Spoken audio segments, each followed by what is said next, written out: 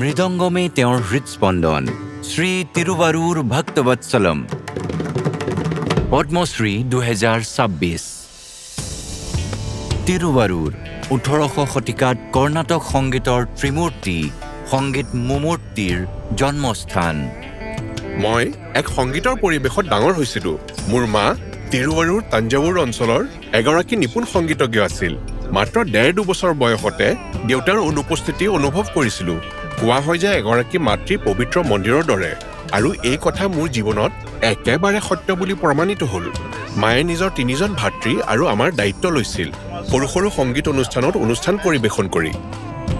প্ৰতিদিনে পুৱা শিশু ভক্তবৎসলমে মাতৃ আনন্দৱল্লীৰ প্ৰাৰ্থনা আৰু ভক্তিমূলক গীতৰ মধুৰ শব্দত সাৰ পাই উঠিছিল। সংগীতত তেওঁ মন্ত্ৰমুগ্ধ হৈ পৰিছিল। মাকে তেওঁক সংগীত শিকাবলৈ ধৰিলে। এই প্ৰাৰম্ভিক শিক্ষাই তেওঁৰ আজীৱন সংগীত যাত্ৰাৰ সুদৃঢ় ভেটি হৈ পৰিছিল। অলপ সময়ৰ ভিতৰতে তেওঁ মাক আৰু মামাকৰ সৈতে স্থানীয় অনুষ্ঠানত সংগত কৰিবলৈ আৰম্ভ কৰে। মোৰ মামা তিৰুৱাৰুৰ কৃষ্ণমূৰ্তি, তেওঁক জোৰ কৰি তেওঁৰ পৰা মৃদংগম শিকিলোঁ। তেওঁ মোক শিকাব বিচাৰিছিল যদিও তেওঁ দ্বিধাবোধ কৰিছিল। সংগীতজ্ঞসকলৰ স্থিৰ আইন আছিল। তেওঁ নিবিচাৰিছিল যে ময়ো তেওঁ যি সংগ্ৰামৰ মাজেৰে পাৰ হৈছিল সেই সংগ্ৰামৰ সন্মুখীন হওঁ।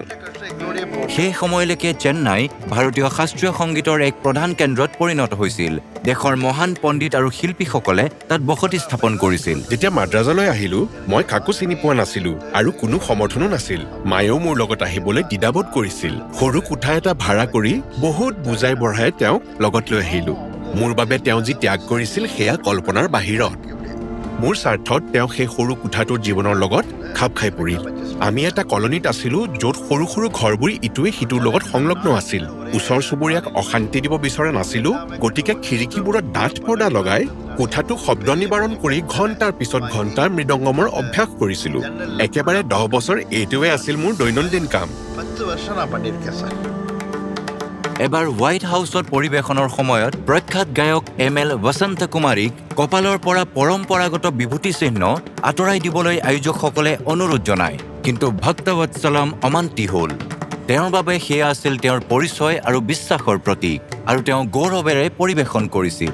1992 চনত বাৰ্চিলোনা অলিম্পিকত পৰিৱেশন কৰাৰ লগতে পৰৱৰ্তী সময়ত মহান মেণ্ডলিন শিল্পী শ্ৰীনিবাসক বিশ্বমঞ্চত সংগ দিছিল।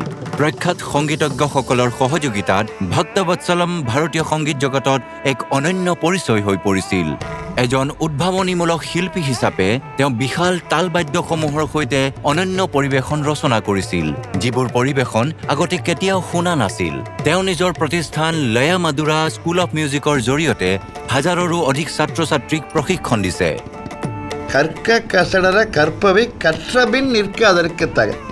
যি জ্ঞান শিকাৰ যোগ্য সম্পূৰ্ণ ভক্তিৰে শিকক, আৰু তাৰ পিছত গোটেই জীৱন সেই নীতি অনুসৰি আচৰণ কৰক। সংগীত মোৰ উৎসাহত আছে। মই মোৰ পৰৱৰ্তী জীৱনতো মৃদংগম বজাব বিচাৰোঁ।